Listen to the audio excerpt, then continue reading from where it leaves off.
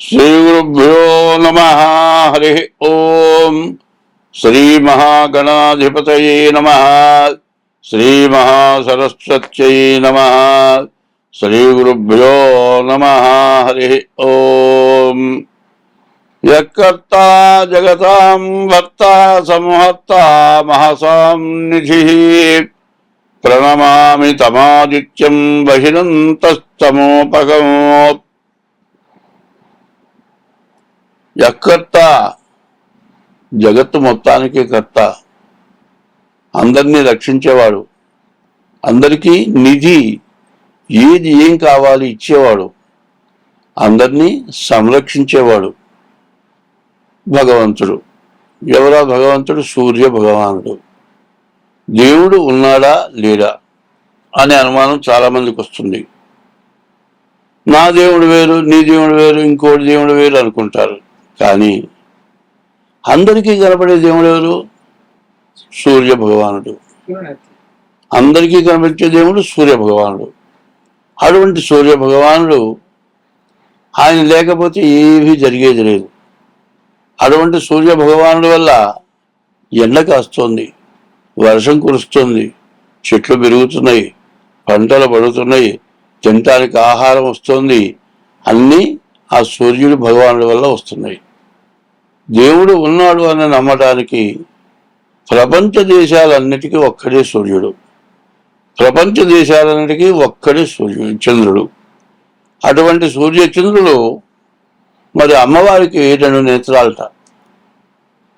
మరి ఆది పరాశక్తికి నేత్రాలు 2. ఆ నేత్రాలు సూర్య చంద్రుడు. అటువంటి నేత్రాలు మన అందరినీ సంరక్షిస్తున్నాయి. కాబట్టి అటువంటి అందరికీ కనపడేటువంటి భగవంతుడికి నమస్కారం చేసి ఇప్పుడు చెబుతోంది, ఈ పరాభవ నామ సంవత్సరంలో ఎన్ని యుద్ధాలు జరిగినాయో తెలుసు కదా, యుద్ధాల వల్ల ఎన్ని నష్టాలు జరిగినాయో తెలుసు కదా. పెట్రోల్, డీజిల్, గ్యాస్ ఇవన్నీ కూడా దొరక్క ఇబ్బంది పడ్డారు కదా. ప్రతి వస్తువు అధిక రేట్లు పెరిగినాయి కదా. వచ్చే ఆదాయం ఏమన్నా పెరిగిందా? లేదు. వచ్చే ఆదాయం అట్టగే ఉంది, లేకపోతే ఇంకా కొంత ఆదాయం తగ్గింది. కానీ ఖర్చు మాత్రం అధిక రేట్ల వల్ల ఖర్చులు పెరిగినాయి.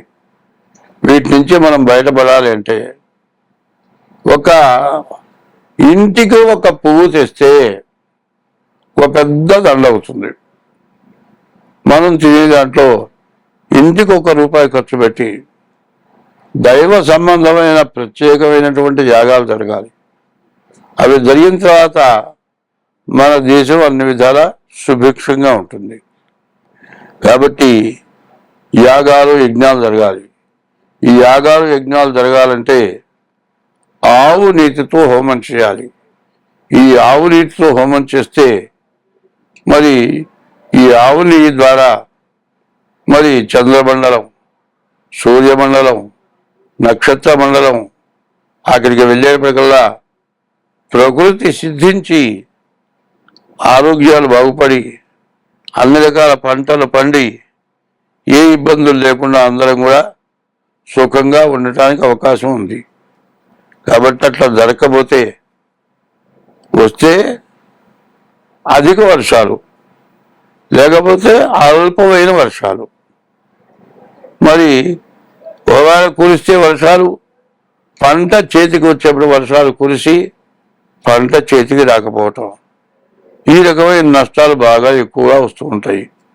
ఇవి రాకుండా ఉండాలంటే మన ప్రవర్తన చాలా జాగ్రత్తగా ఉండాలి. కాబట్టి ఈ సింహరాశికి వచ్చేప్పటికల్లా అష్టమ శని, సప్తమ రాహువు, దీనివల్ల భార్యాభర్తలకి సమస్యలు. అష్టమ రాశి ప్రాణకంటకులు.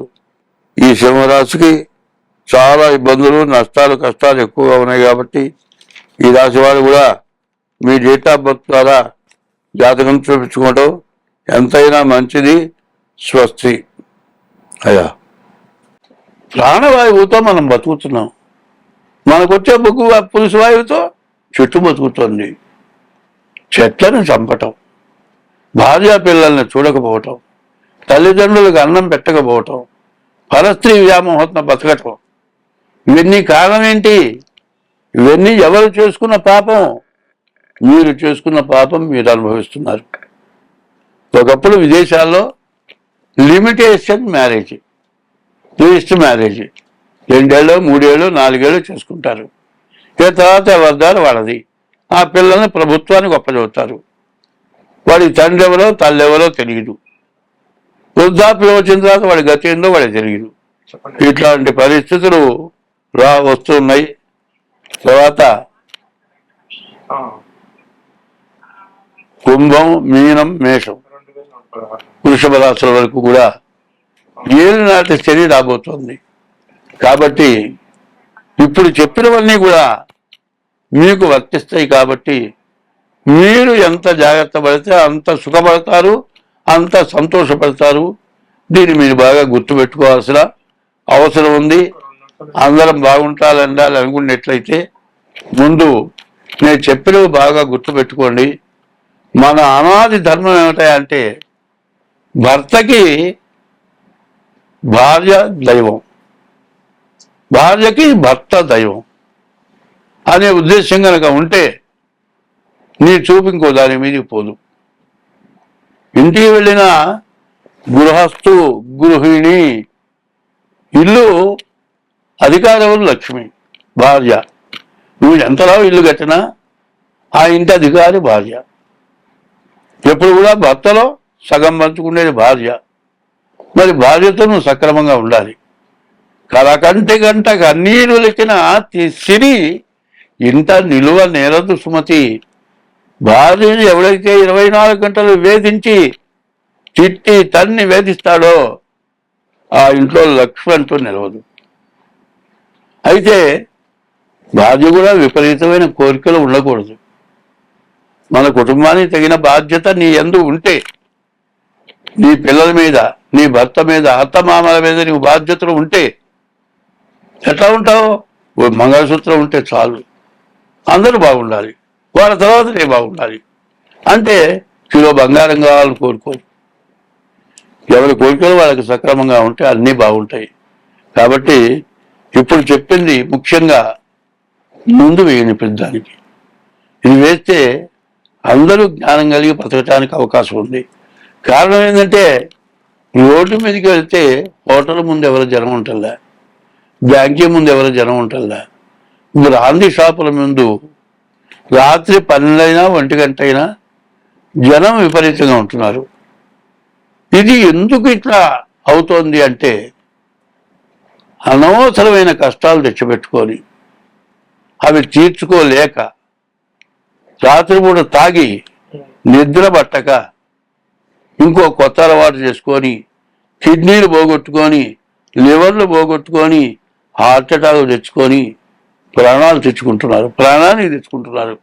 కాబట్టి ఈ చెప్పేది ఎవరిని నేను విమర్శించి మాత్రం చెప్పటం లేదు, ఎవరి మీద ద్వేషంతో చెప్పటం లేదు. మన ధర్మాన్ని మనం విస్మరించాము, మన ధర్మాన్ని మనం రక్షించుకోవాల్సిన అవసరం ఉంది. కాబట్టి ఇది తప్పనిసరిగా అవలంబించండి.